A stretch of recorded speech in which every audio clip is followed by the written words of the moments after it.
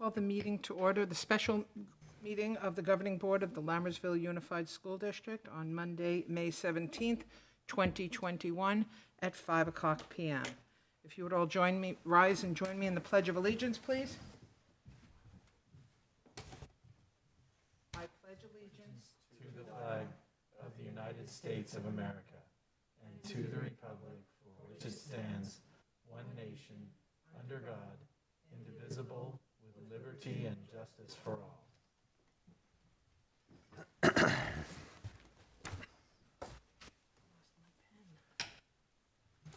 Roll call, please. Colin Clements. Here. Sharon Lampel. Here. Stephanie Olson. Here. David Pombo. Here. Sunita Chithendra. Absent. Thank you. Approval and/or corrections to the agenda. Are there any changes or corrections? No. I'll entertain a motion. Move to approve the agenda as written. Second. Any other questions? Okay, based on a motion by trustee Olson and seconded by trustee Pombo, all in favor? Aye. Opposed? The motion passes unanimously. Item 4 is the receiving of public comment. The board shall give members of the public an opportunity to address the board either before or during the board's consideration of each item listed on this special governing board meeting agenda. Individual speakers shall be allowed 3 minutes to address the board on each agenda item. The board shall limit the total time for public input on each item to 20 minutes. Is there any public comment at this time? Okay, we will move on. Oh, please come up to the podium and state your name. I'm Saintavi Vinod. Good evening, everyone. I'm here to talk about my friend and also a fellow community member, Vanita Daniel. She's been a great community contributor as a teacher and as a really generous person. I'd like to recommend to the board that you give her a chance to be on this board. I'm sure that she'll be able to contribute more on a personal level because she's been a teacher to my children, and I know how the passion she has towards education. So please consider this request, and thank you. Thank you. Are there any other public comments at this time?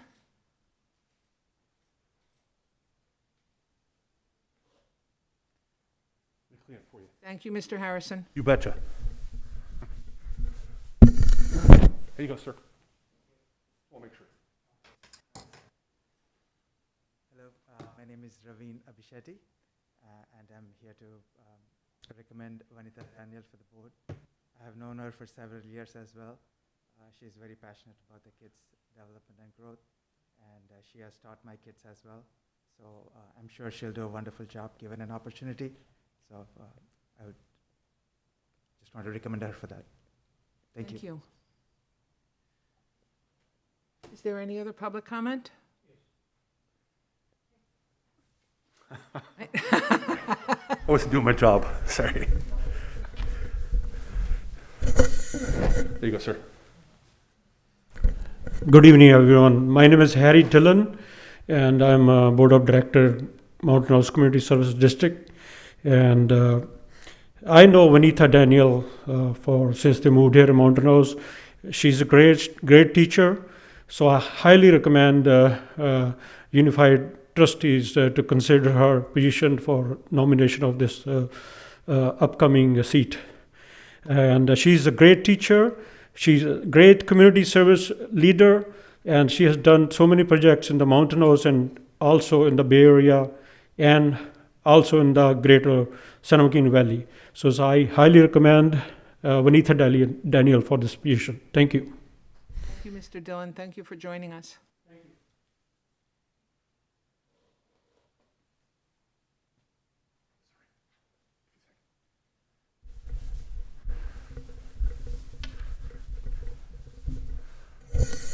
There you go. Hi everyone, good evening. I'm Aarti Ilango. So I've been knowing Vanita for so many years, not as a good friend as well, and as a good teacher to my kids and my family, friends, and everybody.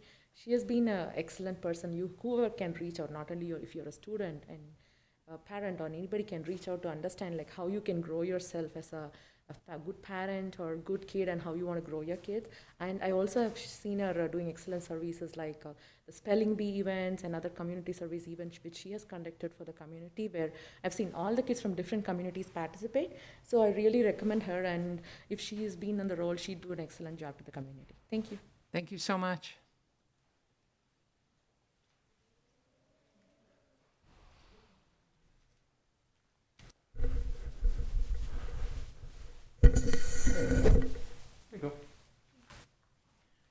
Hello, my name is Ruxar Mohammed. First of all, it's so great to see all of you again.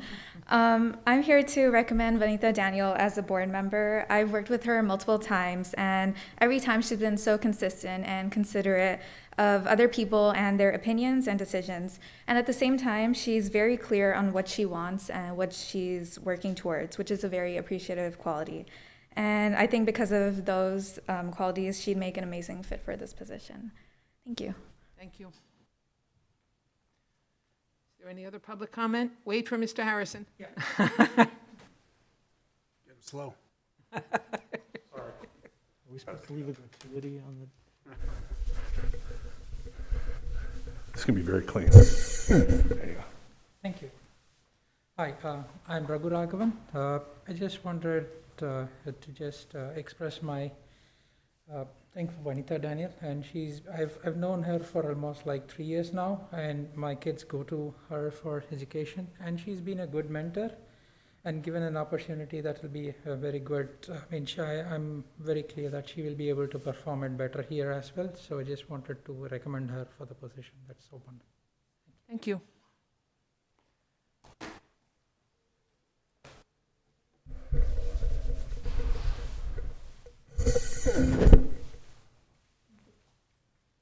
Hi everyone, I'm Nitya Raghu.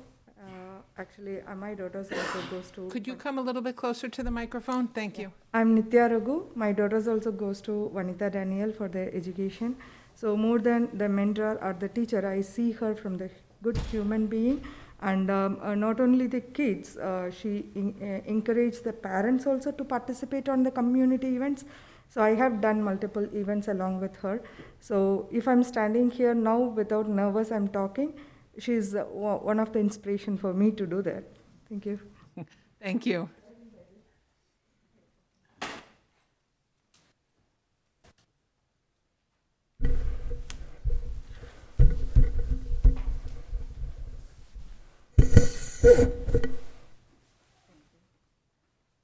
I'm Ishari Madhapan. I'm a friend of Vanita for past 7 years.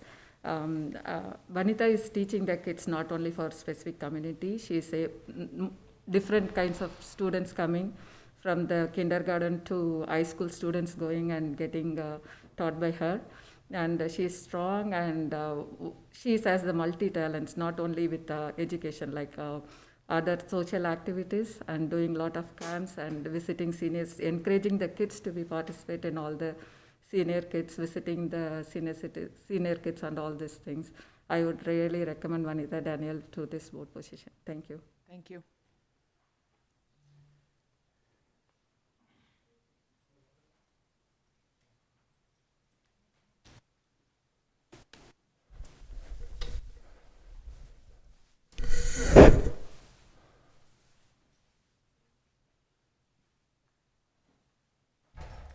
All right, is this good? Yeah.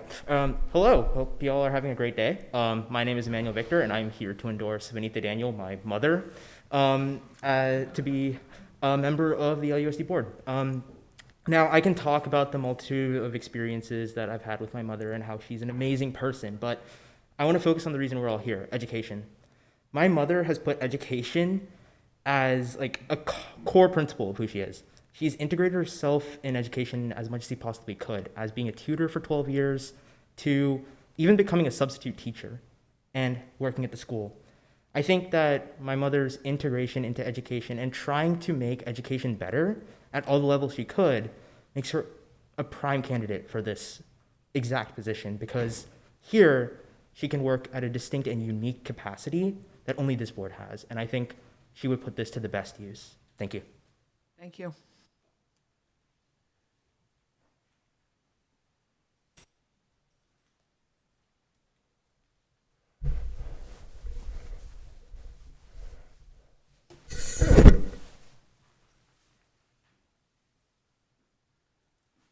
Hi, my name is Arun Kumar Chilappa, and I've known Vanitha Daniel for several years, even before she moved into Mountain House.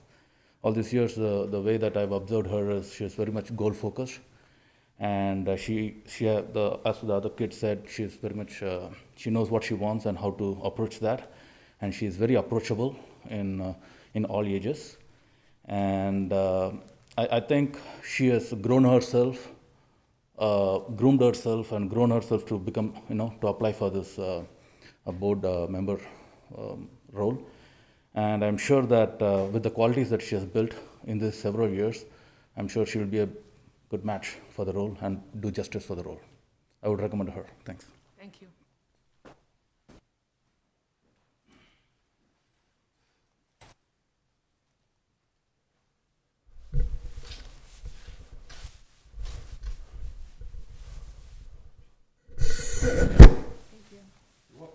Hi everyone, I'm Deepa and one of Vanitha's friend, and I know Vanitha for past 5 years.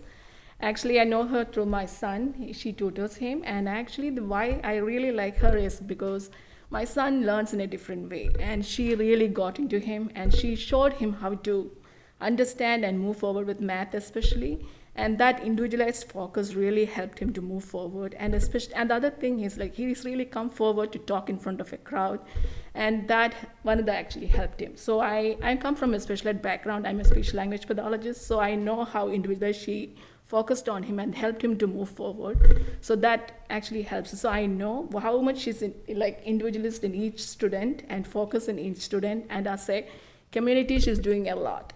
So she helps the students with volunteering opportunities a lot. So that really brings the student up and cultivate them in a different way.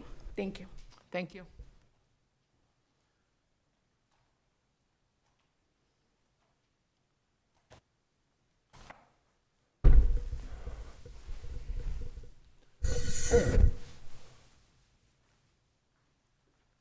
Hi, my name is Ameya Pranik. First and foremost, I'd like to thank you guys for this opportunity. I'd also like to nominate Mrs. Daniels or endorse her. She's had a really big impact on me ever since I moved here. She's been my neighbor and also has helped me in terms of academics and academia since I've come to Mountain House. She's had a great impact on my learning as a student, and I think she'd be a great addition as onto the board. I think that any decision that Ms. Daniels makes would be one for the good of all students and anyone interested. And I feel like not only through education, but through many of the events that Ms. Daniels has done for the community, it has changed me and shaped me as who I am today. And I don't think that I would be I don't think I'd be the same person without her. Thank you. Thank you. Is there any additional public comment? Okay, thank you for all of that input. Moving on to the interview and selection of 2 provisional board members. There are 2 open positions to be filled. Action item 7 replaces the open trustee Bonilla position. Action item 8 replaces my position in June. And that position will be taken June 3rd, 2021. Action item 7, Ms. Bonilla's position, will be decided by a total of 4 board members. 3 votes determines the majority of the board, and when a candidate receives 3 votes, this individual will become the new board member for the Bonilla seat.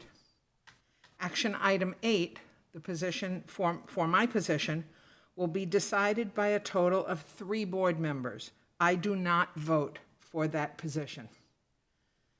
Per Ed Code.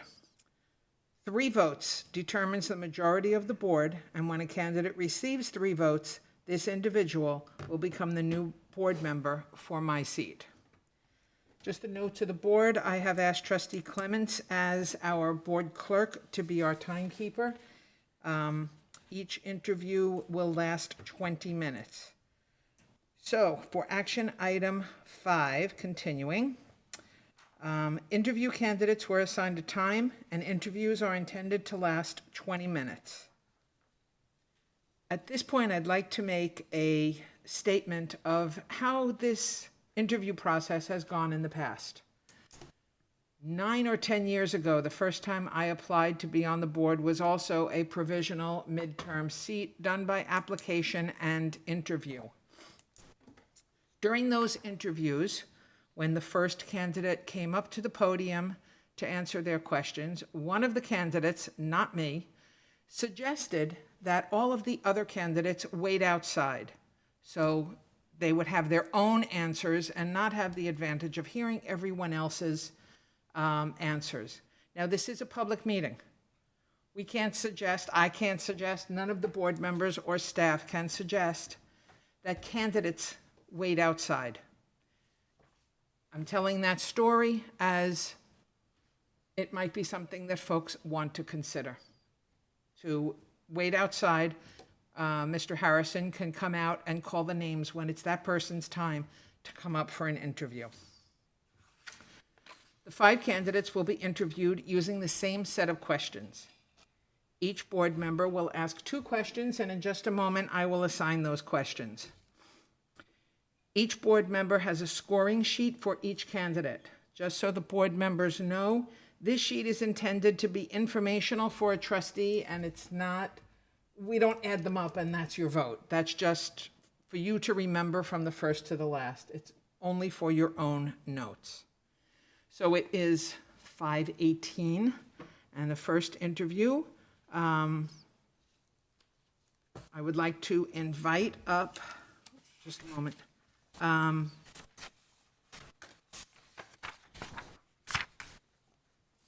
the orderly nomination process. So after we interview all of the candidates, I will ask for nominations and board members will raise their hands. So we won't have the calling out that we've done in the past. So, Mr. Strock, if you are ready, please come up to the podium. Point of clarification, Madam President? Yes. With the consensus of the board, I will, when there's 10 minutes left, would it be appropriate to say 10 and then count down so they know approximately how? I think 10 and 5 would be a good idea. Does the board agree? Yes. Okay, to help the candidate. 10? Yeah. So I'll do 10, I'll do Yeah. 5, and then when they have 1 minute Yeah. left? Okay. Madam President, before we call him up, could we get our questions that we're going to ask? Yes. Oh. That's Not yet. right. I don't want to cut into his time. No. Mr. Strock will get 20 minutes regardless of when we start. So at this point, thank you for pointing that out. I did skip that. I'd like to have a conversation, a discussion of the district needs, the governance team, the finalists, the board vision, etc. So obviously, the finalists we'll talk about later, but at this point, we were going to have a conversation about the district needs.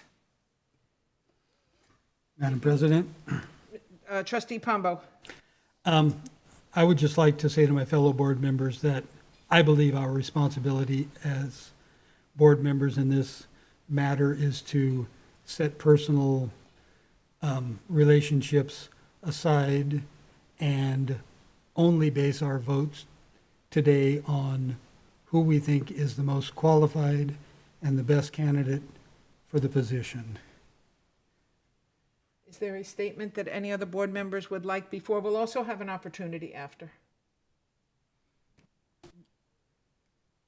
I agree. Okay. Madam President, if some folks in the audience have been kind of filtering out, and I thought before we started the interviews, if anybody wanted to leave and they're being polite, this would be the best time so the candidate can concentrate. And just to be clear, you are welcome to stay. And stay or leave. This is a public meeting. So, Trustee Olson, was there anything that you wanted to say at this time? I'll defer my comments till the next time on the agenda. So Okay. So, let me go over the questions so the board members know what they're asking. So, I will start with question number 1. Mr. Pombo, number 2. Trustee Olson, number 3. Trustee Clements, number 4. I will do number 5. Trustee Pombo, number 6. Trustee Olson, number 7. And there's 2 8s. So the first 8, I'll do the first one and you do the. thank you, and I'll finish up, yes. Okay, Clements and Lampel. Any other points of clarification before we start our first interview? Okay, Mr. Strock, thank you for your patience. Please join us at the podium. Is there a list of questions at the podium? Thank you. Well hidden if so. There will be momentarily, Madam President. You're afraid Thor was going to get him wet. Well, he did clean the desk an awful lot. Okay. So we'll start the timing now. We know we're starting 6 minutes late. So, Mr. Strock, briefly tell us about yourself, how long you've lived in the area, your background, connections with the district, etc. Sure. So my name's Corey Strock. I've lived here for 13 years in Mountain House, initially in Bethany and then in Wickland for the last 11 years. So my daughter has attended Wickland Elementary School for her entire scholastic career. During her time with Wickland Elementary School, I've spent time for different nonprofits. I was vice president for Mountain House Flag Football, which is typically the largest of the nonprofits in the area. I also spent, I'm currently actually, 5 years as president of the Wickland School Foundation. During that time, we managed to change the way a lot of the fundraising worked here in town and really create record amounts of money that all went back to the school.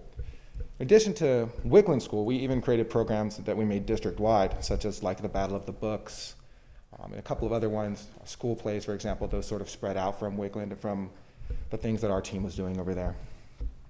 My connections with the district are mostly through the nonprofits, though I was also an inaugural member of the facilities committee, which was right when the high school was kind of being created and built, so I had a hand in the rules encompassing for the theater and the track and the whatnot.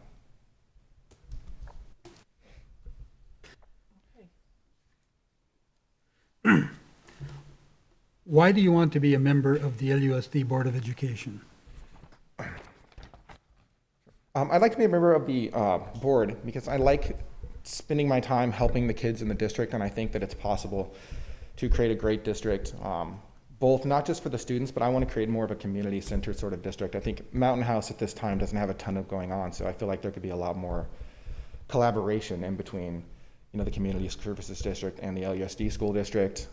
And there's certainly features that we could utilize within the school district to maybe help out some of the fundraising things from the other schools or from the other nonprofits in the area as well. So mostly I'm just interested in making it so that my daughter and the other kids can get everything we can give them. Thank you.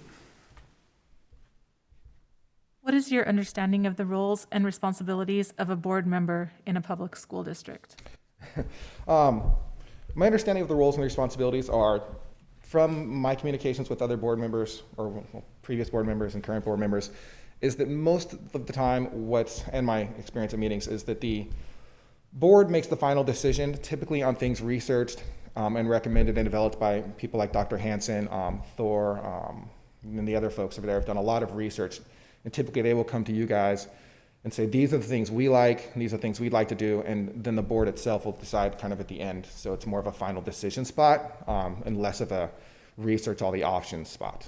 So I guess it's kind of to make the final decision in the vision that almost the school district's paid educators effectively have for the district. And you guys get to kind of make the decision if you agree to align with those or if you want to change them a little bit. Thank you. What previous leadership positions have you held as a professional and/or as a volunteer that would be an asset to you in this role? Sure. As mentioned, I've been president of the Wickland School Foundation. I've been president of the service organization of Mountain House, the vice president of Mountain House Flag Football. I've also ran several events, several event committees. Professionally, I've ran events for my company and stuff like that, facility style events as far as parties and stuff like that, running, the summer events, the Christmas events, stuff like that. But I've not actually been a manager at my company. I manage a few people, but I'm not like the manager. So most of my leadership ability has been through the nonprofits. Serving as a board member requires becoming a student of issues. Preparation for each board meeting, study session, and training requires a considerable investment of time to review materials and fully comprehend a multitude of wide-ranging issues. Could you please discuss your ability to fulfill this important investment in time? I think this is kind of a strange question. I have the time and the ability to research and to look at things from various angles. I'm relatively well-read. I'm attacked a lot of different things from different angles, different points of view. My point of view is ever evolving as well.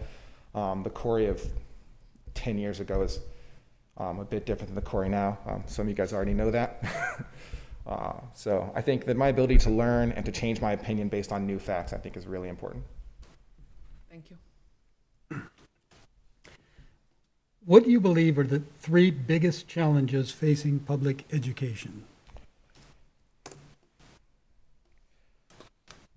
The 3 biggest challenges facing public education, I think, are probably start with money, especially in this district.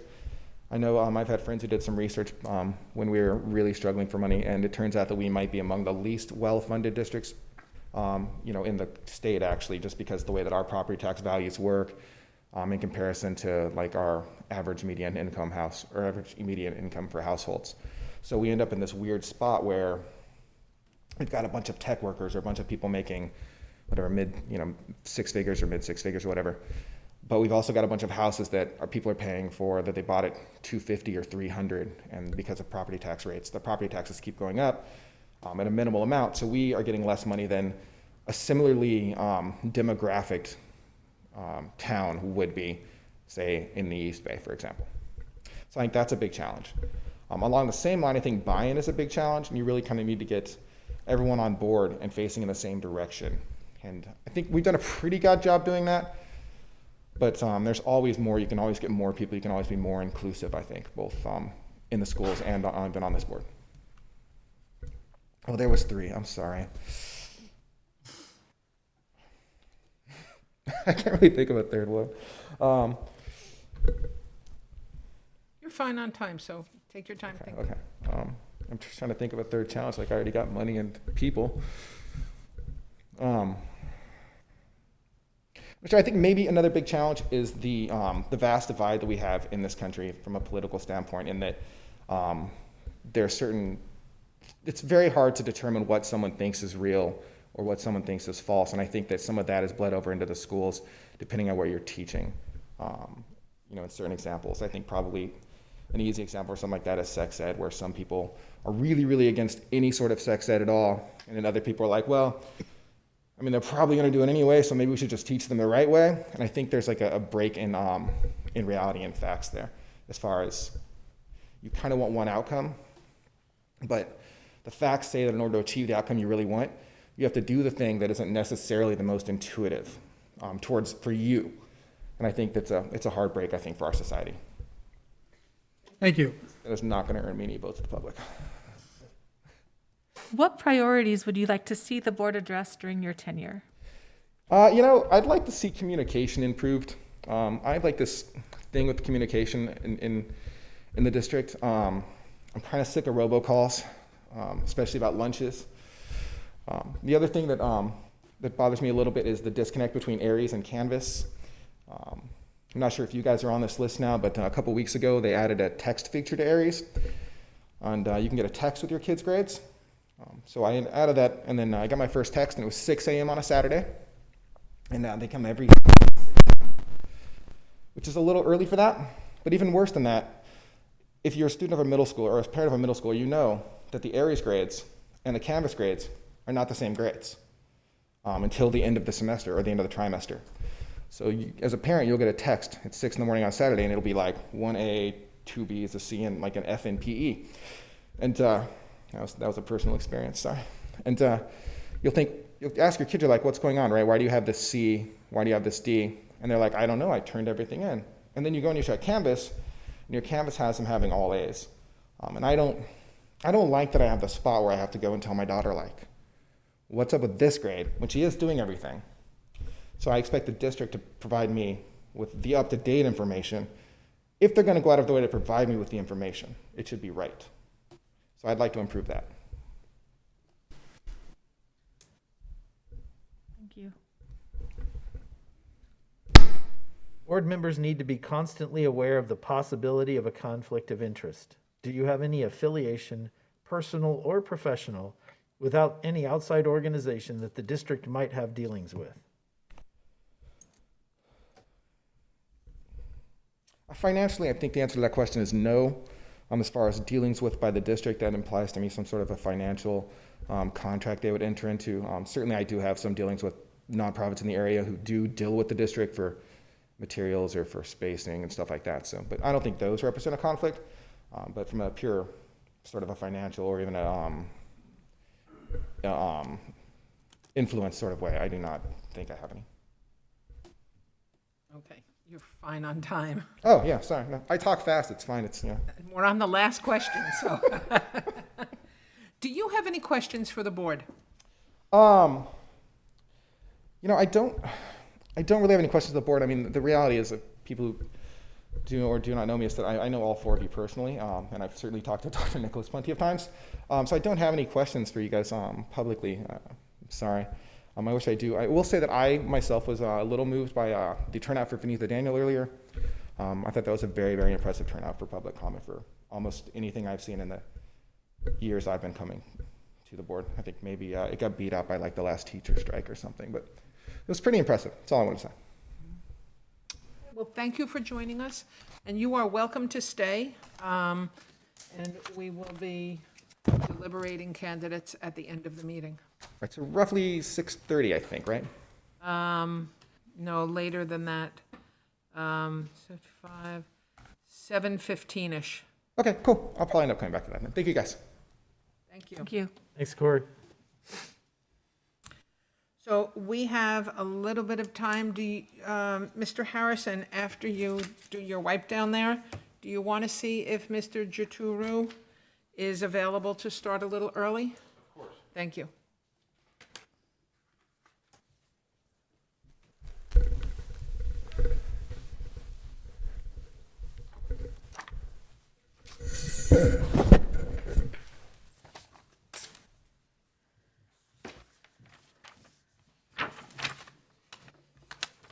And if he's not, we can just take a little 7-minute break.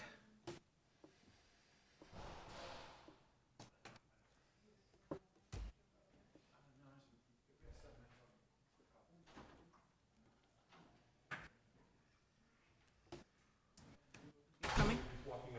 Okay, thank you.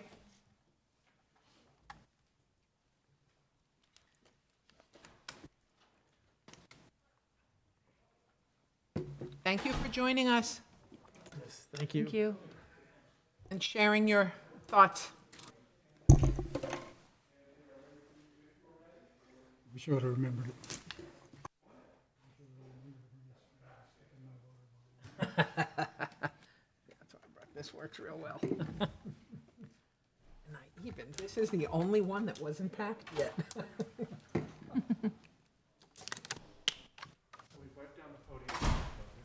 And I'll have a copy of the questions for you.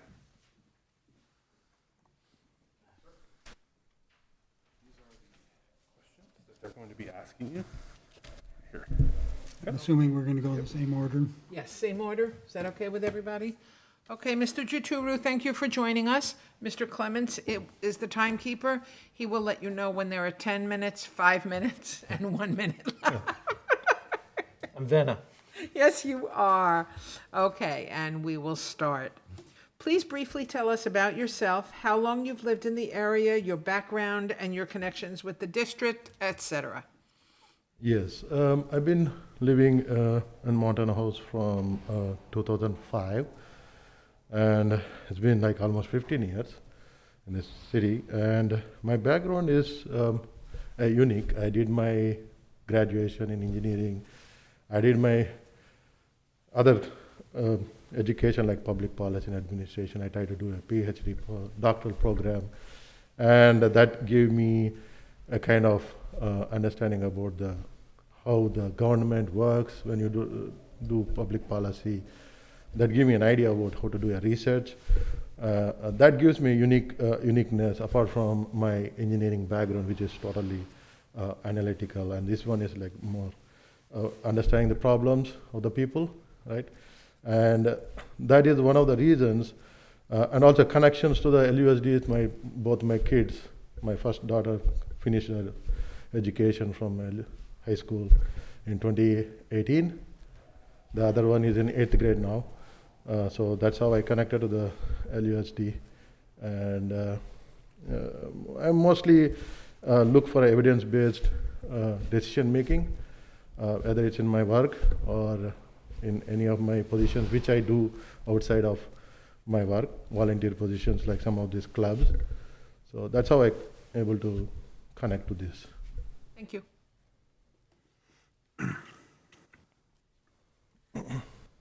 Why do you want to be a member of the LUSD Board of Education?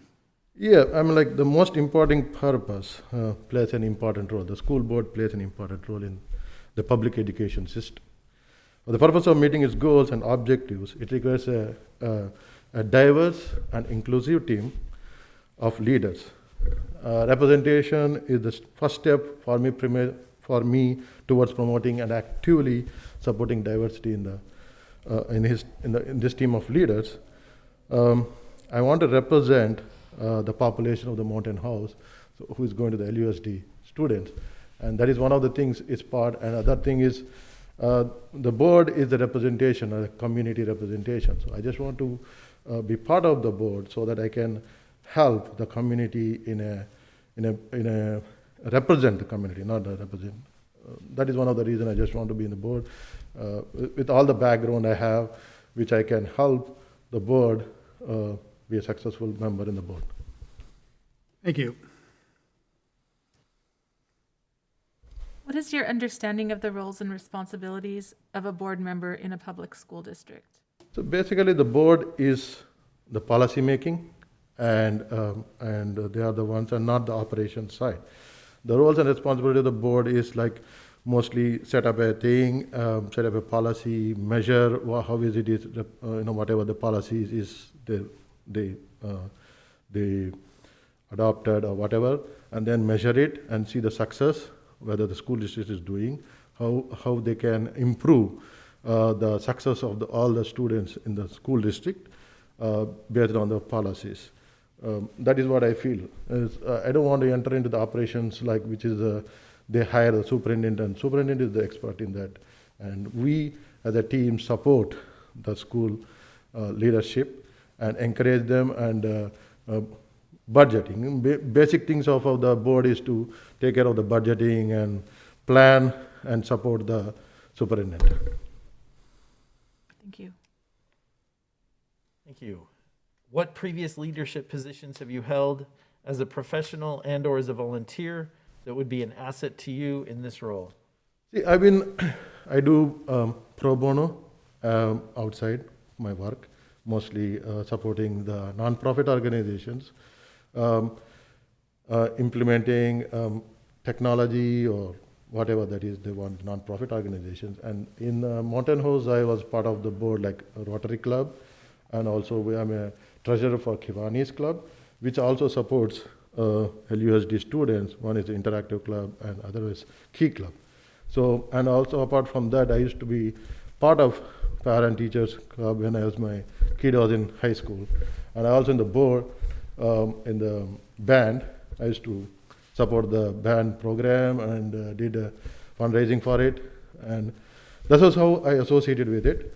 Majority of the time I have there's a called Mountain House Telugu community. There's a big Indian community where we started that organization when it is not a non-profit. I made it non-profit, I registered it, and I am the treasurer for this for the past 3 years. So these are the things, and at the same time, I am also a president of my homeowners association, where I made the calls, decisions based on the evidence, and I do research. If anybody comes and tells me that this is how it is, right? So I just want to understand what I can learn more about it. It's not like, okay, you said yes, right, I'm going to sign it or not. I just want to do more questioning and try to understand deep so that I can If I understand, tomorrow if my community or my homeowners association or other people ask me, I should be able to answer it. So if I don't know what it is, then I can't answer them. So my point is deep dive, try to understand, and not influenced by certain people or something. It's only based on the data and the evidence-based research. That's it. And most probably I will follow the advice of the experts, but I will ask questions. Serving as a board member requires becoming a student of issues. Preparation for each board meeting, study session, and training requires a considerable investment of time to review materials and fully comprehend a multitude of wide-ranging issues. Could you please discuss your ability to fulfill this important investment of time? Yes, that's one of my, what is my important character, because I spend a lot of time preparing for the meetings, because usually before meeting you will get all the materials to prepare yourself. So I'll go through all the documentation which is given to me before I came to the call, or if I have any questions, I will send it to the person who sent it to me, the documentation. So if I have any questions, so that I can ask before the meeting, not in the meeting, so that I don't want to waste my time, or the board time too. So it's better to get all the clarifications from the person who sent those documents and spend my time ahead of time instead of spending my time at the board meeting, because that makes a lot of difference, because you're wasting time with the board, and at the same time looks bad in front of the community, because now you're doing something, your homework in front of them, rather than doing your homework and assignment ahead of time. And also it's a waste of time. So usually I do that, prepare myself, come, and all the questions get clarified before I enter the board meeting. So during the board meeting, if I have to say approve it, it's easy for me to approve it. I don't have to be somebody to raise questions in a meeting to show the community that I'm asking questions. It's my policy to make sure all the questions got answered ahead of time before I come to the board, so that it will be easy for me. Thank you. And for the board. What do you believe are the 3 biggest challenges facing public education? Funding. And that is the most thing every time I hear is the funding of the public education. And every time a new research comes in, they try to implement it. And we don't have any say on that. I mean, it comes from the top down. So it's not like bottoms up, where you make the call or you try to understand. Because most of the time is the research is done by somebody else, and they push it onto the school boards, schools. And one of the thing is majority of them is budget, and the second thing is how you spend it. You have some budget, and how to want to spend it. You want to spend it in a different way, different methods, right? You have like so many things you want to do, but you can't. And other thing is finding good teachers in different places. In California especially, it's very difficult nowadays because of the cost of living, and you're missing all the good teachers. And some of the things I see is we need to come up, I don't know how to come up with a plan, how to keep the good teachers, how much you pay. Those are the things I feel mostly, and also the lot of, in the name of accountability and things, they put all these numbers, right? Basically how the school is doing. So I feel that the government or the state is dictating to show the numbers, not actually success of the students. So it's a little bit complex, and we get the funding from the government, we need to follow, but at the same time, I will try to, I feel these are the main issues with the public education. Thank you. What priorities would you like to see the board address during your tenure? Yes, my thing is usually, I rated something as a diversity or something, inclusiveness, but apart from that, we can spend some money or funding to have a more practically oriented trainings, so that the kids who is passing out of the high schools may get a job, right?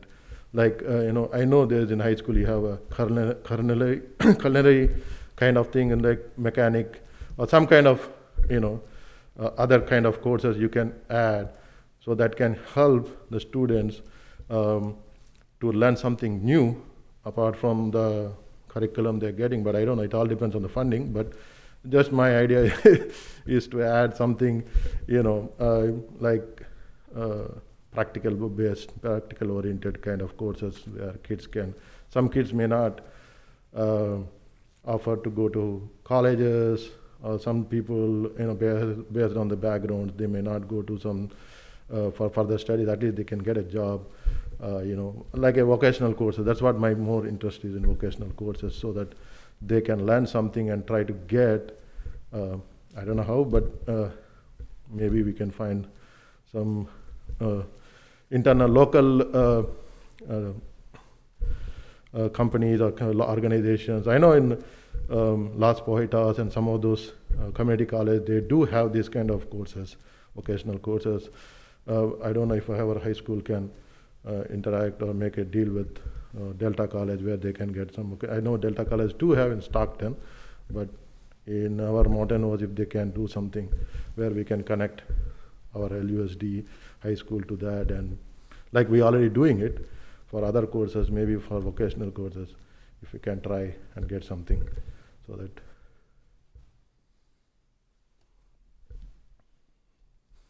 Thank you. Board members need to be constantly aware of the possibility of a conflict of interest.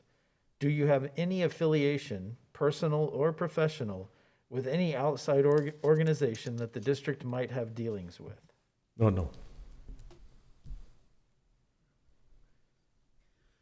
Do you have any questions for the board? I don't have any questions to the board, because I'm just trying to understand like how the board works, and you give me an opportunity to come here, and I'm thankful for that, and hopefully it works out for you guys to find the right people. That's all I can say. Okay. Well, thank you for joining us this evening, and you're more than welcome to stay. Sure. Thank you. Thank you very much. Nagarjun. Our next candidate is at 6:05. Does the board want a break, or do we want to see if she can come in? Keep going?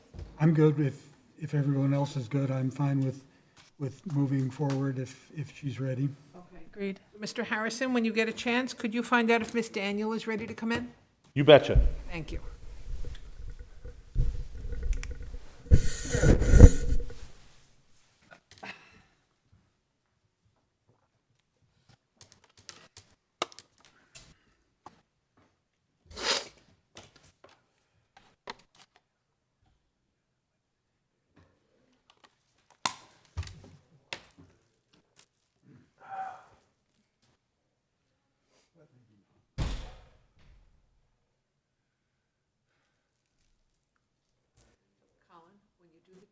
Make sure they see you.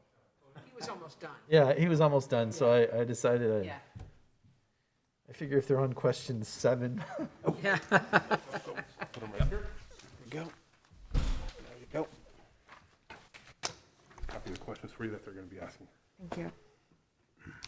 Is it okay if I have? Absolutely.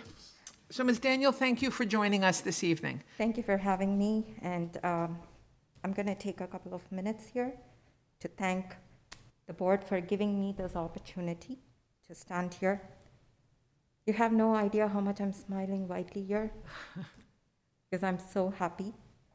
I'm just cherishing this moment. I'm just living this moment right now, because it's an historic day for me to just have this opportunity. And I also want to thank those who are watching. Thank you so much for the support. And those who came by, thank you so much for being here. It just means a lot just to hear all the words that they mentioned. I was a little emotional, but yeah. So again, respected board, thank you so much for this opportunity. And I'm ready for you. Okay, you're very welcome. So the board will take turns asking questions, and you'll have 20 minutes for the full interview. Trustee Clements will be our timekeeper, and he'll indicate when you have 10 minutes left, when you have 5 minutes left, and when you have 1 minute left. Can I ask you a quick question, please? So within the 20 minutes, our goal, or my goal is to complete all the 9 questions. Yes. Thank you. Okay, so let's get started with, briefly tell us about yourself, how long you have lived in the area, your background, and your connections with the district, etc. Sure. So my name is Vanita Daniel, and I have lived here since October 2015. And we lived in the Cuesta area. My background as such is I'm actually an engineering graduate who has a lot of passion for teaching. So I was blessed to be able to work on the passion field. So I founded my center, which is an educational center. It's called Smartling Learning Center. But I also had the opportunity to work as a QA lead in IT jobs.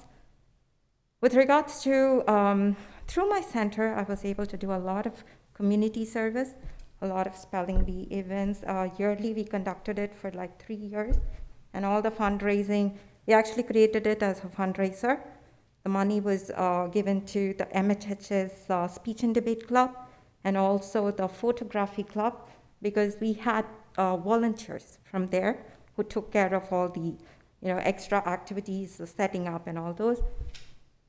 I also participated I also volunteered in a lot of the the volleyball concession, the athletic booster club. So whenever they had the games going on, I was there present. I was also the Mountain House High School PTSA president for the year of 2017, and that year actually they were going to actually close the PTSA, but I had the opportunity to revive it, and it was well and running for the year. I think I'll stop there and move on to the next question. Thank you. You're welcome. Why do you want to be a member of the LUSD Board of Education? Why do I want to be a member? I really want to be a member in order to be able to help all the kids in Mountain House School District. Now, I have been an educator for about 12 years, and I've had the pleasure of watching my students excel and the happiness on their faces. I want to see the happiness in all of the students' faces. I want to see them grow. I want to see them excel. I want to be able to be the tie between the community and the school board. And I want to be able to be a part of the greater organization and work as a team with you all. So we are already at number 1 in the Stockton County. We are number 52 out of 404 in California. So I want to contribute my time and talent and knowledge so that we can go step by step and probably reach the 30th soon. So that's why I want to be a role. Thank you. You're welcome. What is your understanding of the roles and responsibilities of a board member in a public school district? The roles and responsibilities. So this is how I envision, or I look about the role of a board member. They look to me as like grandparents. Now, I'm not talking about the age, okay? I'm just hear me out a little, okay? I'm just saying that, see, I love my grandparents. They were always there with me. They were always watching over me, watching me grow. However, they were not right there. So I would like to look at the board just like the governance team, where they're not taking the spotlight. You're not on the spotlight, but you're always at the back, always working, looking out for the best. And that's why I really want to be part of the board, and that's the board where you develop the policy that you envision will be right for the students. And then you take it to the superintendent who actually implements it and makes sure he comes back with the progress in order to evaluate, and then the clock goes on. And that's the role of the board.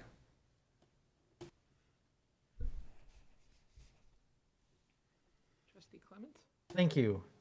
What previous leadership positions have you held as a professional and/or as a volunteer that would be an asset to you in this role? Sure.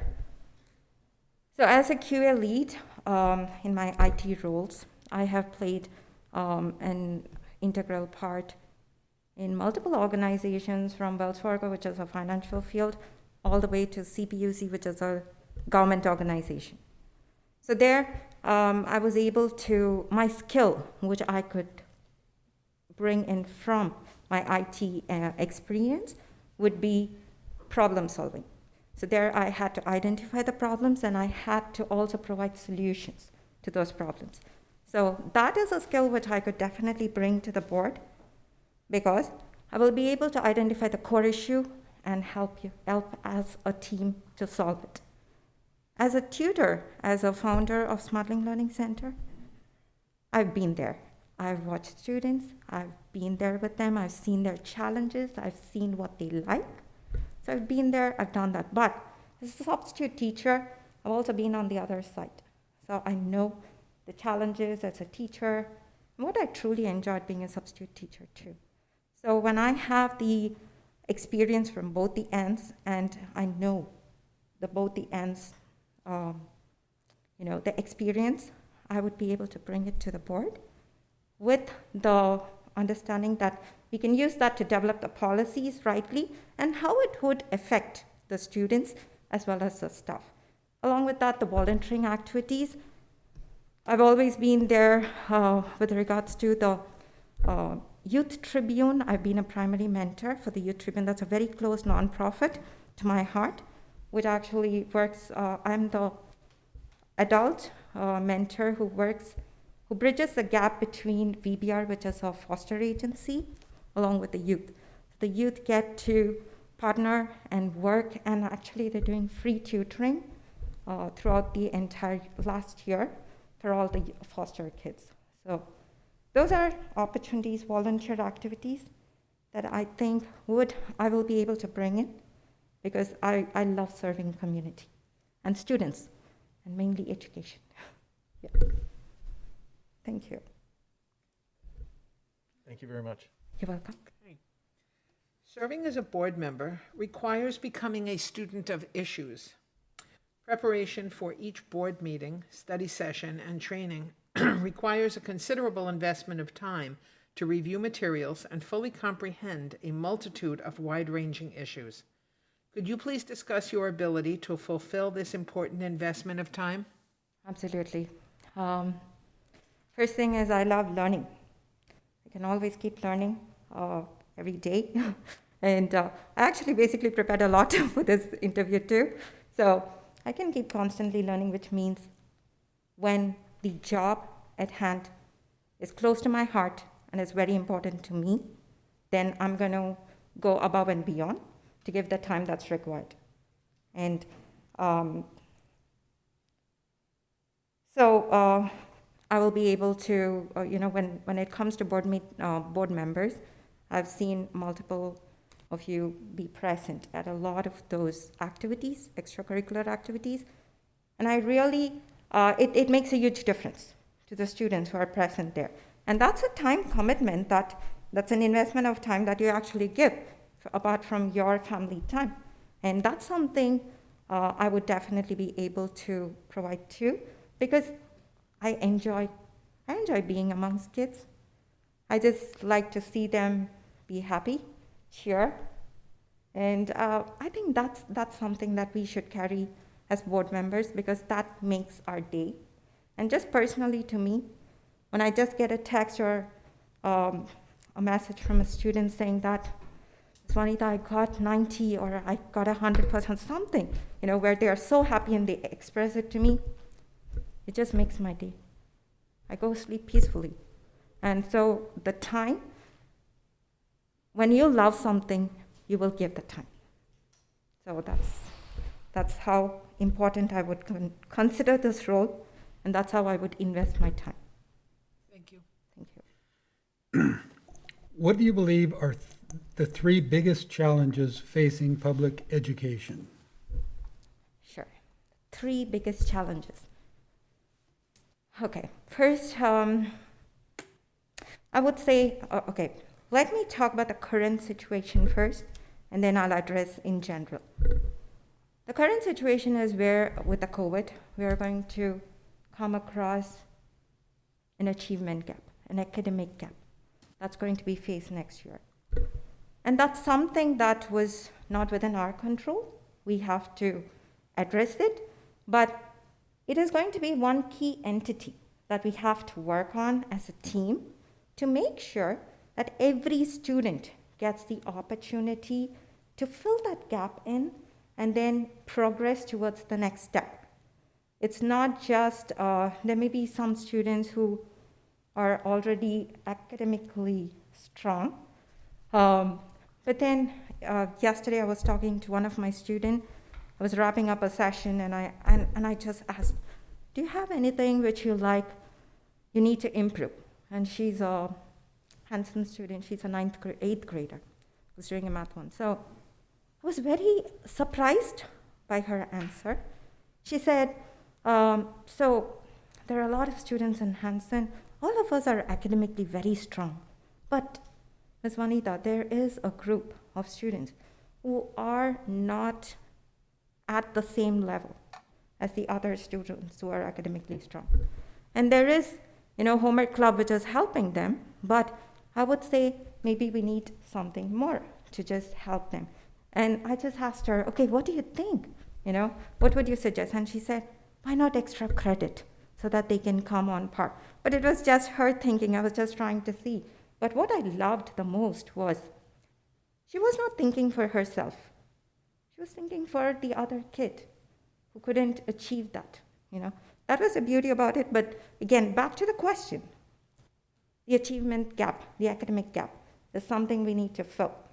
That's the immediate thing that we'll have to look at. Now, there are a couple more other things, because you asked me 3. I just jotted one. So the second thing would be, maybe we could, let me read the question again. The biggest challenge. The biggest challenge, I wouldn't call this a challenge, but I would call it an area of improvement, where, we are providing all the Lead the Pathway program, which is awesome, right? But then what about the non-academic courses? There may be students who want to do vocational training. We are providing adulting, but that's happening only in the final year, the senior year, right? So we really need those sort of non-academic courses like sewing, electrician training, fixing a car, right? Those sort of academic courses which may help them towards their other pathway, but if they like to. So that's another thing which we can do. That's an area for improvement. And then another, I wouldn't again call this a challenge because we're doing good. I would just say maybe more scholarship-oriented opportunities for high schoolers, something that they can work on and they could improve. And if I could add one more area of improvement, is that okay? It's not a challenge? Is that okay? Okay. So it's just that, support for subs. Because we, as a board, we not only take care of students, we take care of teachers. Teachers have to be happy. Teachers have to be healthy so that they'll be able to impart the knowledge in the right way. So we also have to support the subs. So that's where I would end that. Thank you. What priorities would you like to see the board address during your tenure? Priorities. Priorities would be, okay, first, education. We want to strive to be the best. We are already trying to be the best, and we're almost there. Now, we need to preserve it. We just can't let it go. So we need to preserve. We need to monitor that we are doing consistently well, and be able to, priorities would be definitely consistently keep doing well. The second thing I would say is, as a team, we should be able to develop better policies and look forward to improving the standard. We have come a very long way. I mean, starting from 2015, and I have seen us grow. The school has come a very long way, and the school has been doing an amazing job. but we still have steps to grow because no one is perfect. We always have things to work on. So we should consistently keep working on, and priorities would definitely be the non-educational services, the courses for the kids, definitely improving more arts, along with the importance that's given to sports, and then providing more SAT and ACT opportunities in school. This year, my students, again, it's a personal story. Students struggled a lot. Thank you. Struggled a lot with a place to test. They didn't know where to go. A few of the students were unable to go and test elsewhere because it was canceled in Tracy. So there were schools in Fremont. I mean, I have students from Fremont too. The schools in Fremont which actually provided SAT at school and ACT at school. So that's something I would definitely consider so that our students don't need to, rush and find a center. There are students who are going all the way, like 2 hours away to take an SAT. So I would truly consider, that would be one of my priorities, to make sure our students are comfortable where they are. Our staff are comfortable where they are. So a safe, secure, healthy school is how I envision that we should be able, that's top priority to be provided. And another one priority would be setting a direction for them, because if we set a proper direction for them, then they will be able to move towards reaching their destination. So those are kind of the priorities that I would like to see the board address during my tenure. Thank you. Thank you. Thank you. Thank you. Board members need to be constantly aware of the possibility of a conflict of interest. Do you have any affiliation, personal or professional, with any outside organization that the district might have dealings with? No, I don't. And our last question, do you have any questions for the board?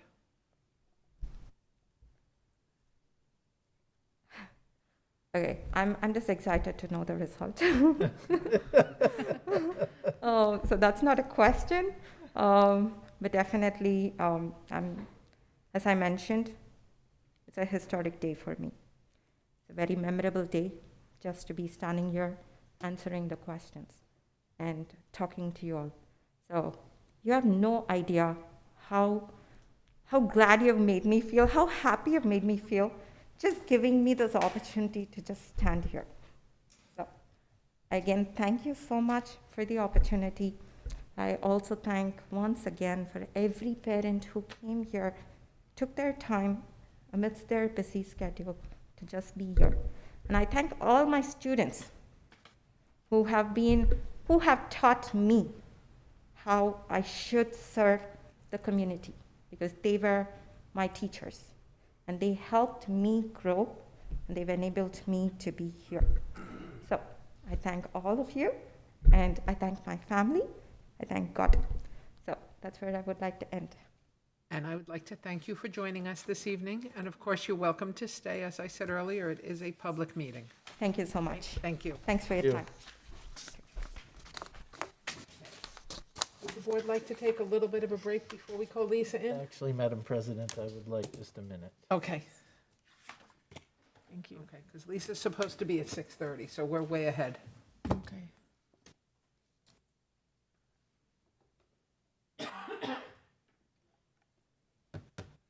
Okay, thank you. So, Ms. Boulay, if you're ready, please come up to the podium. Are the questions there? Correct. Okay, and thank you for joining us early. Of course, yes, thank you. First, thank you so much for having me here. I am passionate about serving this district, and just to make it this far in the interview process, I'm honored. Thank you very much. You're very welcome. So our process is you'll have 20 minutes to go through the 9 questions. Trustee Clements is my Vanna over here, and he will be the timekeeper. So when you have 10 minutes, he will indicate. When you have 5, he will indicate again, and then again at 1 minute. Okay, so we'll get started. Briefly tell us about yourself, how long you have lived in the area, your background, your connections with the district, etc. I've been living in Mountain House for the last 16 and a half years. I have 3 children. My oldest one is graduating high school this year. She started at Wickland in kindergarten, so for the past 13 years, I've had children in the district, and I've been very involved from the time that she was a kindergartner, involved in a number of different aspects, from helping in the classroom to working with school foundations to being on committees at the sites to being on the facilities committee. So that's just my involvement in the district here. I do have a sophomore in the high school, and I also have an 8th grader at Wickland, so he'll be moving on to the high school next year. So that's my history, my Mountain House history. My backgrounds, though, I am a registered nurse. I still hold my nursing license, although I am a stay-at-home mom. But I had a very distinguished nursing career. I had a variety of jobs. Most of them were a fast-paced and adrenaline-producing jobs. But through those jobs, I had a lot of leadership opportunities. I am a clinical nurse specialist, which is sort of an expert in nursing education, policy and procedure development. So I have a lot of experience with running programs, running small budgets, and a lot of education experience from an adult perspective. I also have 15 years in the United States Army. I resigned my commission as a major, and during my time as an Army officer, I have had a lot of formal training in leadership. 2 of the classes that we take as we progress as Army officers are leadership classes. One of them is the Command and General Staff Officer College, which is a 2-year course. It's focused all on leadership, on decision-making, policy and procedure development, learning how to work with your peers, subordinates, superiors, and communication, both oral and written communication. So both formal training and a lot of on-the-job experience using those skills as well. I think that covers that question. Thank you.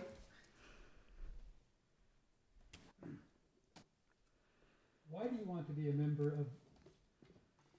Maybe I should turn my mic on so you can actually hear the question. Why do you want to be a member of the LUSD Board of Education? Again, I'm passionate about working with the district. I'm passionate about serving the district, as I have sort of demonstrated in the last 13 years.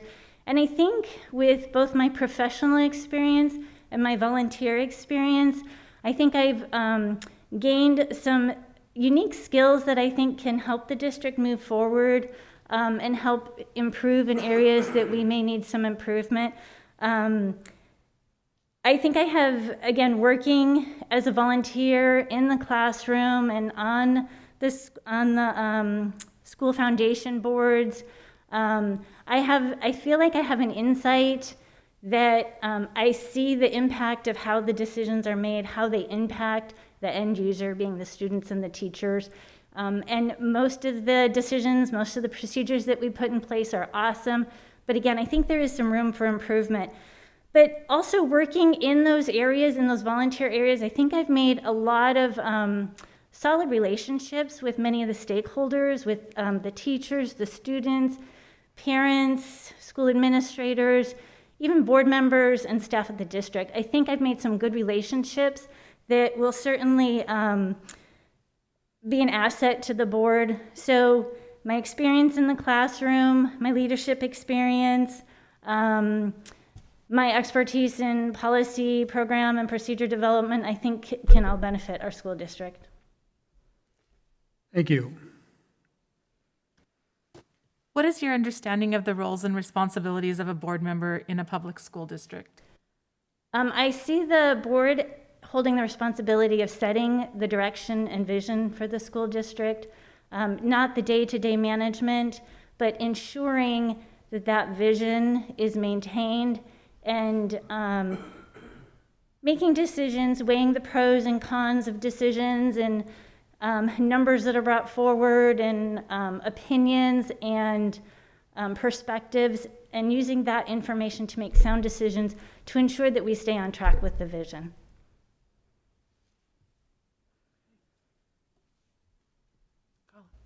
Thank you. What previous leadership positions have you held as a professional and or as a volunteer that would be an asset to you in this role? That might take 20 minutes. Okay, again, starting with my military experience, which is probably starting from the way back. I have been the head nurse in units. I've been the nursing supervisor of hospitals. My last assignment, I was the executive officer for a forward surgical team, so that was the second in command. And that was a team that I actually helped establish. It was a non-existent team, and I helped establish that. Then as a civilian nurse, I was the clinical nurse specialist for the emergency department at Stanford, which is a managerial position, but again, it's focused on education. So I was in charge of all the education for the entire staff for the emergency department at Stanford. Then, as I came to the school district, let's see, leadership roles. I was on the WSF school board, or the WSF parent-teacher board, or parent-teacher association. I was on their board for several years.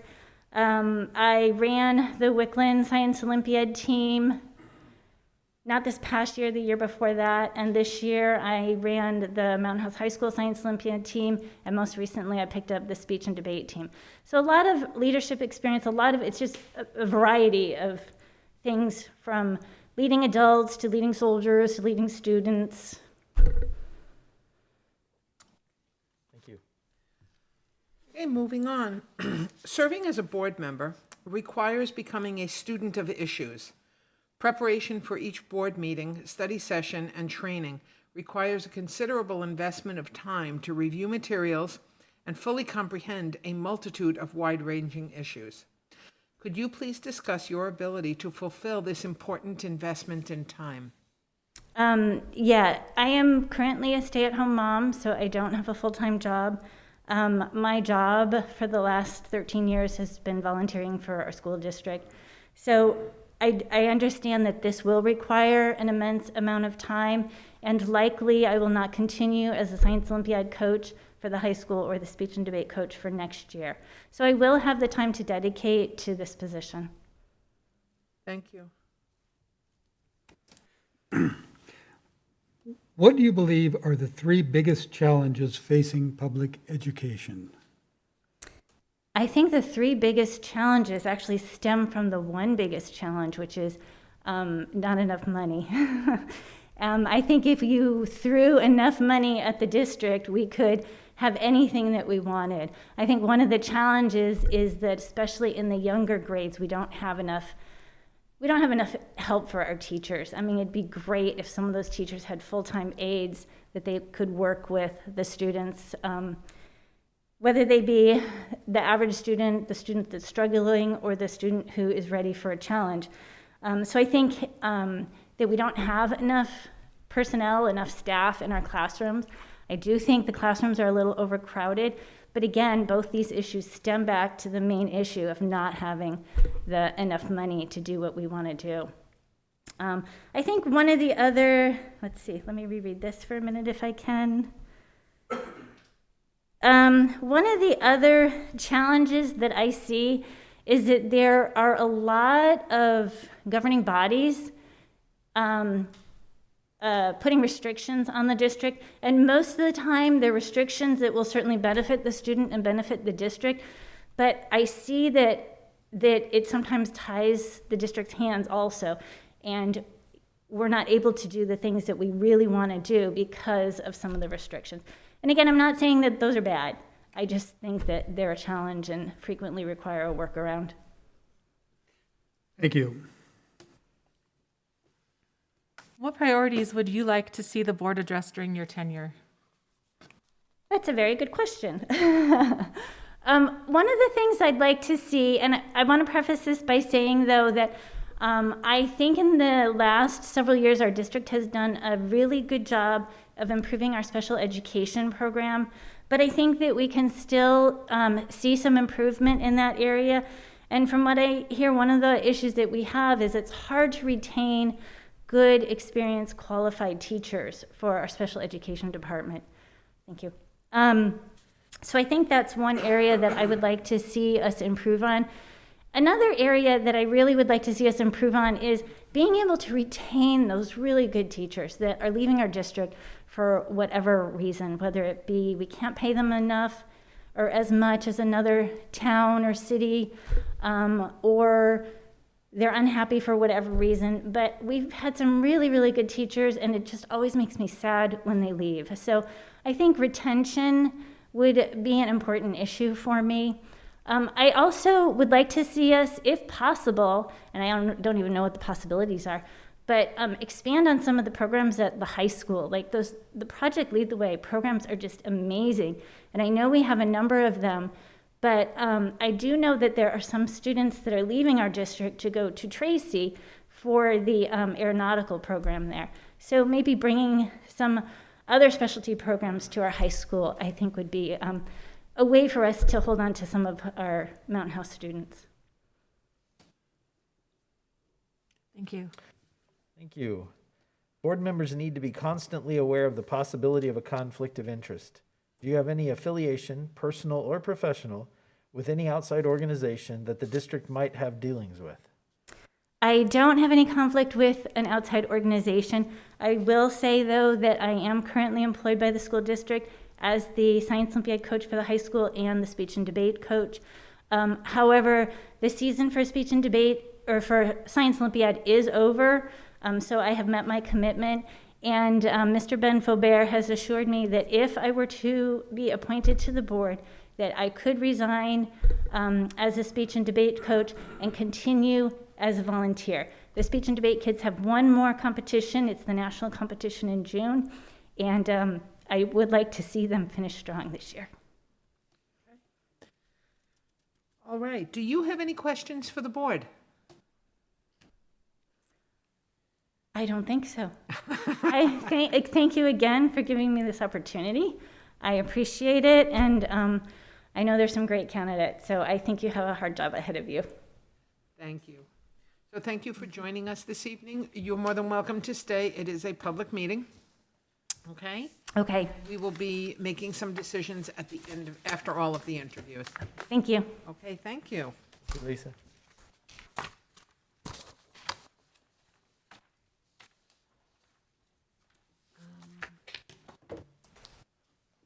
Wow, we are way ahead.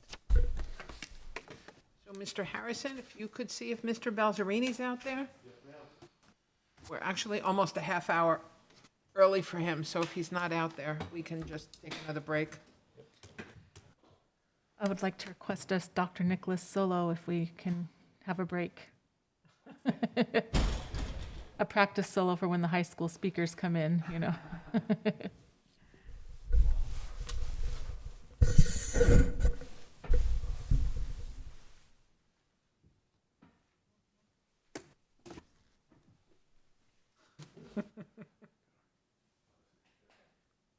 You have the questions, Thorsten?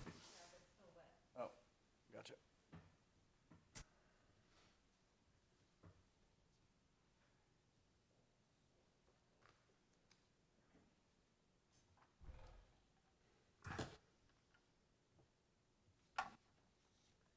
I've heard there are masks that have a little Velcro spot A straw. for straws, yeah. Okay, so if the board agrees, I'll put us in recess until Mr. Balzerini arrives. Okay. Okay, thank you. So I think we should.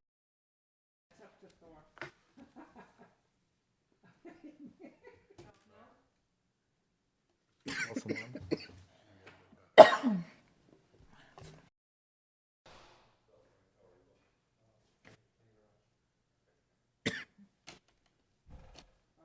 Okay, so we are back from recess. Mr. Balzerini, please join us at the podium.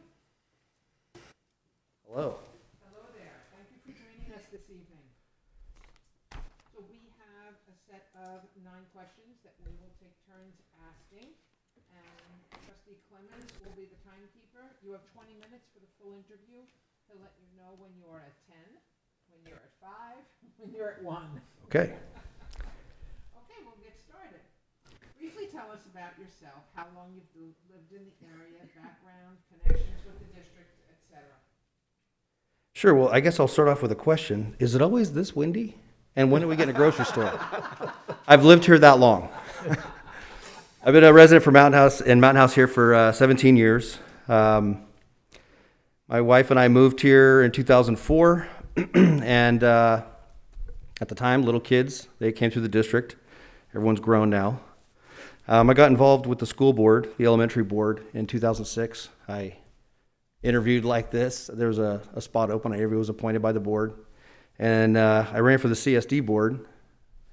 I was elected. I was on the inaugural board and instantly realized I'd made a huge mistake. So I ran for the unified board when the district unified and was elected, and that was in 2010.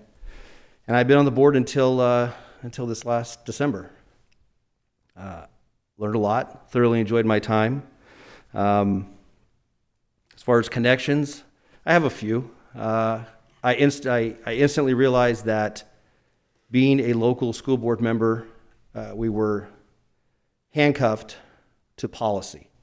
It's very difficult to change state policy as a local school board. Most of our policies that are, I will say, shoved down our throat are mandates by the state. So I got involved with the California School Boards Association as a delegate, did that for 4 years, and then I was a director for 6 years. As a director, I sat on the board of directors. I was able to sit on the legislation committee twice in Sacramento at the Capitol. And it was just an excellent experience. I'm very policy driven. That's what makes this whole thing go around. A lot of the experiences that I've gotten from being on the school board, I've taken to my professional life. And it's really helped as far as understanding how government organizations work and how to get through the minutia and how to advocate and get things done. And that's what I'm all about. I have deep passion for this district. It was extremely hard for me to leave. I wanted to take care of a couple things that I guess we're going to have to wait for a little bit longer. A little more about myself. I started off, I grew up in public safety. My mom was a deputy sheriff briefly. My father's a firefighter, and I followed his footsteps. Well, I wanted to follow his footsteps. I became a fire explorer all through high school. I became a volunteer up in the Boulder Creek, Santa Cruz Mountains. Worked as a 911 dispatcher, and while I was doing that, I was convinced to join the police department just to kind of get my foot in the door. So I became a police officer and did that for 12 years before I finally achieved my goal of becoming a San Francisco firefighter. So I'm currently a San Francisco firefighter. I'm a company officer, a lieutenant, and I work out in the Richmond district. There's a lot of crossover in things that I've done throughout my life, and this has been an integral part. So I am very thankful for all my time, and I look forward to hopefully continuing it.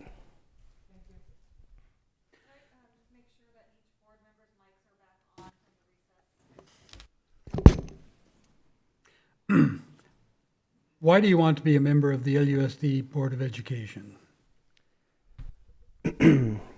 Well, in my 13 years serving on this board, it was an exceptional experience. And with 2 vacancies, I see a need to have someone come back that has been in the trenches, has fought the fight, and knows how this board operates. I'm very proud of this board. This board's gotten a lot accomplished. This community's not easy. I constantly say, if I would have known how this place was set up before I moved here, I never would have moved here. The CSD, just the way things are designed out here, it's really hard to navigate, and the developers don't make things easy. So this board has accomplished a lot, not only fighting the construction fights that we've had, but also policy discussions, the committees that have been established, and the work that this board rolls up their sleeves and dives right in. And that's huge. With my service with the California School Boards Association, I traveled a lot. I was responsible for oversight of 6 counties: Amador, Calaveras, Merced, Tuolumne, Stanislaus, San Joaquin. Did I miss one? Yeah, I got them. And in that role, I visit a lot of school districts, and we have something special here. We really do. And the community should be proud as I am, because this board gets a lot of work done. So I am excited at the opportunity to come back. Thank you. What is your understanding of the roles and responsibilities of a board member in a public school district? Well, you got to be a punching bag. You know, our job is to protect the interests of the district. Our job is to represent the people and to try and make everybody happy as much as we can. It's a government structured that we focus on policy, and that's what drives the district. We hire the superintendent, we evaluate the superintendent, we have to trust the superintendent with the recommendations of policy that the superintendent and staff make. However, we must still do our due diligence to make sure that it's going to fit in line with the wants and desires of the community, the students, the parents, and all the stakeholders. We are the face and the voice of the district out in the community. We get to be involved in all the pomp and circumstance, and at the same time, like I mentioned, we get to sit behind the dais and take the tomatoes when they're not happy. So it's kind of a mixed bag. It's very rewarding. At the same time, it's very frustrating. But like I mentioned, this board gets it, and it's a special thing. Thank you. What previous leadership positions have you held as a professional or as a volunteer that would be an asset to you in this role? Some people are just drawn to leadership, and I think I'm one of them. I've been very fortunate. In every role I've ever had, I've always strived to move up the ranks, and I've been able to do that. Even in my early days as an explorer, I wasn't happy till I was the chief of the program. As a volunteer, I was a lieutenant. As a 911 dispatcher, after 6 months, I became a training supervisor and helped implement.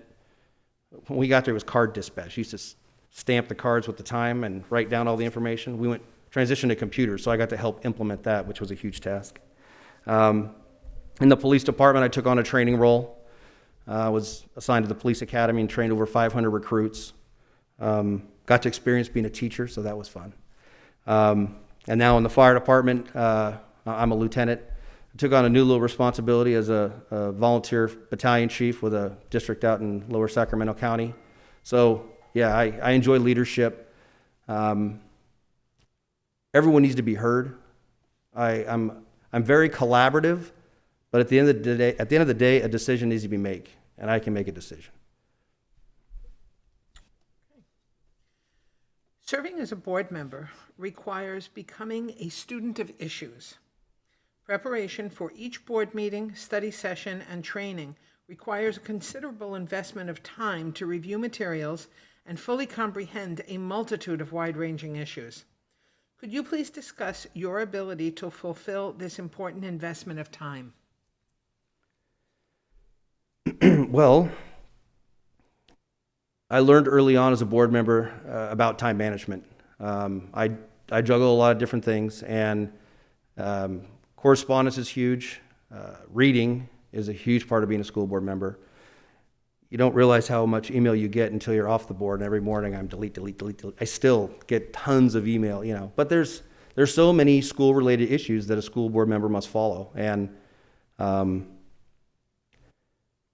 I think the question says it best, student of the issues. I always, prided myself on being a student of the issues and will continue to do so. I think that, I learned the time management. I learned how to navigate all the correspondence, all the email, and how to, I mentioned collaboration. I still talk to friends now that I've had from CSBA, all the different boards. I just had one of the delegates reach out to me because they just had their delegate assembly meeting and wanted to rehash some of the issues that they're still facing. I'm like, hey, I'm done. What are you doing? But I'm still in it. I'm still very much involved, and it's a very difficult time that we have ahead of us. It's not going to be easy. I think that unfortunately COVID was actually the calm before the storm. I see big issues facing us in the near future. So I'm ready to be a student of the issues again. Okay, thank you. What do you believe are the three biggest challenges facing public education? Budget, budget, budget. Right now, I think the budget's going to be huge. We've been very fortunate so far that the federal government's being generous with dollars, but I don't see that lasting. There's going to be a change. There's going to be a shift. Things are going to change drastically, and I think that we're going to have to really tighten our belt. So that's going to be a big issue. Mental health, it's out there. It's looming. It's an issue right now, and we better get behind it right away. As our students come back and try to resume a sense of normalcy, there's going to be a big transition. So I think we really need to focus on mental health, and I would be remiss if I didn't say safety, because that's my thing. And no matter how much we do, there's always a lot more that can be done. So my goal would be to jump right back into making sure that we're doing everything we can to have our campuses have safety and security in mind in everything that we do. Thank you. What priorities would you like to see the board address during your tenure? Well, I mean, obviously safety. Safety is a huge piece for me. But I really don't feel like it's my priorities. The priorities are really dictated by kind of the flavor of the day. We need to monitor and have our finger on the pulse in the community of what's going on and what the issues are, and deal with them. And I can give you an experience early on when I was on the Unified Board.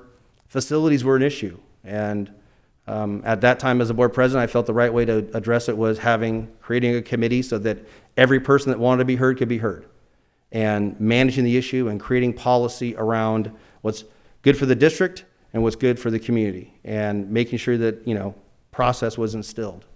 So I don't necessarily have my own priorities. I just want to help manage the priorities that are facing the district at the time. Thank you. Board members need to be constantly aware of the possibility of a conflict of interest. Do you have any affiliation, personal or professional, with any outside organization that the district might have dealings with? I do not. Do you have any questions for the board?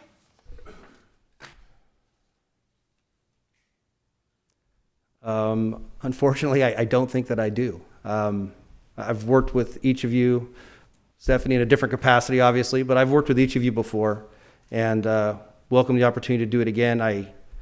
As I mentioned before, I'm very passionate about this district. I've invested a lot of time and energy into this district, and would just welcome the opportunity to potentially do it again. Okay, thank you. As you know, this is a public meeting. You're more than welcome to stay for the rest of the meeting. And at this point, the board is going to consider nominations. So for the board, at this point, I think it's appropriate for us to have a discussion about the district needs, the governance team, the finalists, the board vision, etc. So we are open to anyone who would like to make a statement and start a conversation. I would just like to reiterate my earlier comment that I think board members need to set aside our personal relationships with any of the applicants, and I think it's our duty as board members to choose the applicants that we feel are the best suited for the positions and the most qualified. Thank you. I personally think that goes without saying. I think that we're all, good, trustworthy people and that would do that. I think that in my trainings that I've been getting recently, one quote that really stood out to me from the Governance Core, which is a book that the CSBA recommends board members read. It's just a really short quote I wanted to share, is that our vision is of a governance system, school board, and superintendent working together as a cohesive, unified team with a common vision driven by a shared moral imperative. And I think for me, that's how I'm going to evaluate things, because a governance team needs to have trust. They need to be able to work together And they need to be able to understand that when there are disagreements, they need to be taken care of respectfully. And that once the board votes, if it's 3-2, 4-1, if you're on the 1 or the 2 side, you had your say, you had your vote, you made your case, and now the board needs to move forward, and we need to make sure that we don't get caught up in holding on to things. And that's the kind of qualities in people that I want to look for. Thank you. Did you have anything to add? Yeah, I mean, obviously ditto. I think that board of cohesion is very important, and it's something that the board discusses at, every November, every other November. Board members discuss cohesiveness and collaboration, which is really important. The culture of the board, and new board members need to fit with the culture of the current board. But I also agree with Stephanie that, at the end of the day, every board member needs to understand that the minority gets their say and the majority gets their way, and our job as a board is to collectively come together and make that decision the best that it could possibly be for the students of our district. And I'll just add, I agree with everything that everyone said. In my 9 years on the board, we have functioned exactly that way. You're not going to get 5 individuals who agree on every single item, and that's okay. And that's why we have a 5-member board, to be able to hear all of the aspects of an issue, get all those aspects out there, and then to weigh them and make the decision for what is best, number 1, for our students, number 2, for our staff, and number 3, for the community. I've been on this board for a long time, and I've been in education for 40 years. And this district is a ship that is on an even keel. It is well balanced, it's headed in the right direction, and my priority in facilitating the conversation and assisting in the selection of one of the positions is to make sure that that even keel is maintained. We need to continue to be the highest performing district in all of San Joaquin County and give some of our partner districts in the East Bay a run for their money, because we can do it, and we do it in many aspects. This is a phenomenal district. I've worked in many. This place is special. It really is. I've been staff sitting out and listening to board members yell at each other, yell at the superintendent. We don't function that way because things don't get done. So I'm very proud of this board, and I want to see the board. I will not yell at you, Kirk, I promise. For this board to continue the high level of work that they do, and to maintain themselves as a policy board and not get caught up in the minutia. This board's really good at when the issues that should be dealt with staff come to us. The board's really good at sending those off to the superintendent and saying, can staff please get back to this person? This is a staff issue. So, anything else? Could I just say one thing again? I personally know in one shape or form or another all 5 of the candidates. I'm familiar with them. I've met them all. And I just wanted to thank them for stepping up to apply, because whatever happens tonight, I personally believe everyone that came here is a quality person and has the right intentions. And I appreciate that we have people willing to do that and serve in those ways. Okay. Anything else? Madam, I'm sorry. He had his hand up for, Trustee Pombo had his hand up.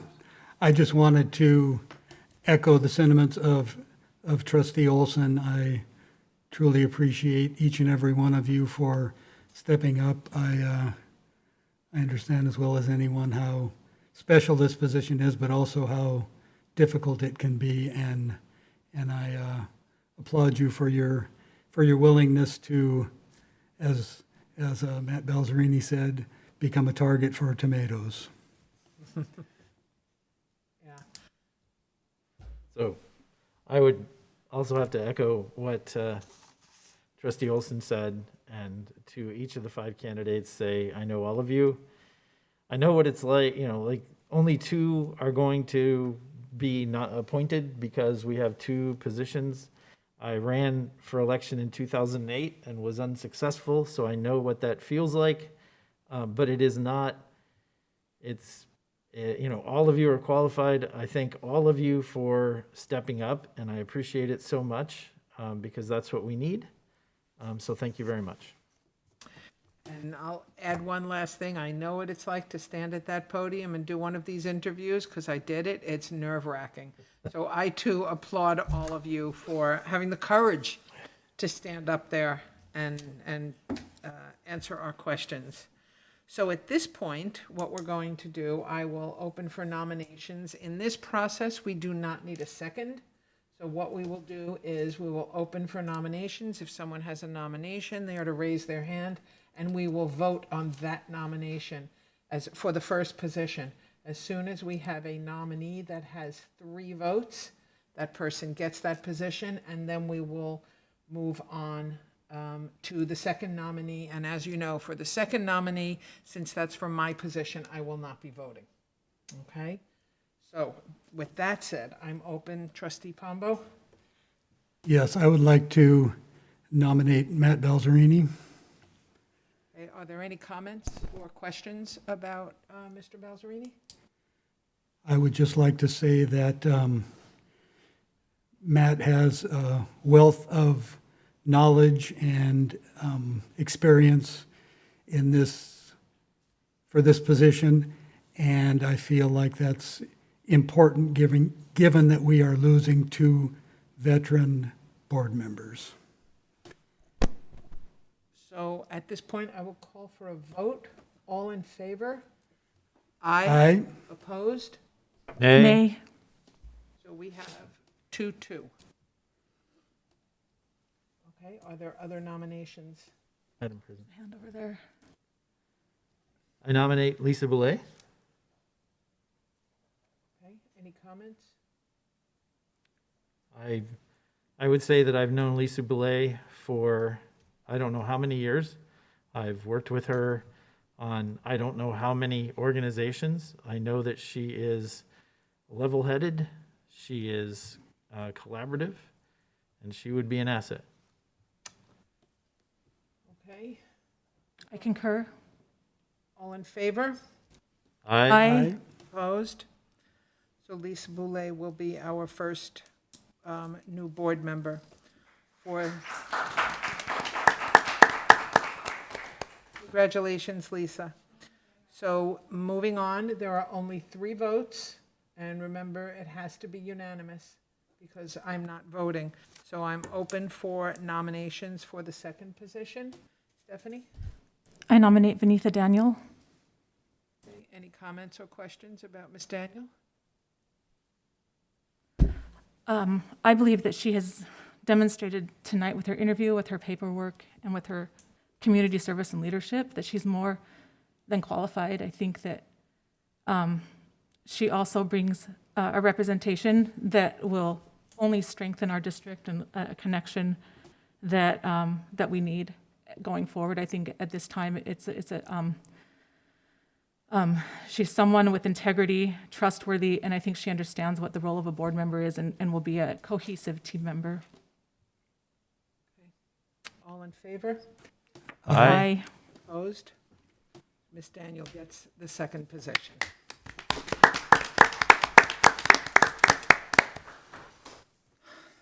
Okay, so Lisa, since you got the first position, please plan on attending our board meeting tomorrow, Wednesday, After tomorrow. because you will be sworn in as that position is already vacant. Okay? Ms. Daniel, your swearing in will be, is that date June 2nd or 3rd? June 2nd. June 2nd. Okay, and what we'll do is, since that's my last meeting, we'll swear you in at the end of the meeting so you're ready to go for the following meeting. And at that, I'll entertain a motion for adjournment. Move to adjourn? Point of clarification, Madam President, it has on the agenda administer oath of office. Is that something we're supposed to? No, we're going to do it at the Okay, board meeting. okay, I didn't hear that. Sorry, I got. Yeah. We thought that candidates might want to invite their families. Yeah, I think that's a That's great why idea. we decided to do it at the board meeting, at the regular board meeting. Okay, was there a motion to adjourn? I moved. By trustee Pombo, Second. second by trustee Olson. All in favor? Aye. Opposed? This meeting is adjourned.